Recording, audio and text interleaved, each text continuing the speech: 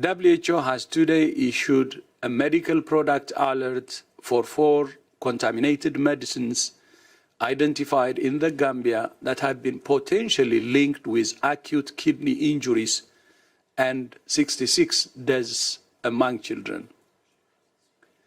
The loss of these young lives is beyond heartbreaking for their families. The 4 medicines are cough and cold syrups produced by Maiden Pharmaceuticals Limited in India. While the contaminated products have so far only been detected in the Gambia, they may have been distributed to other countries. WHO recommends all countries detect and remove these products from circulation to prevent further harm to patients.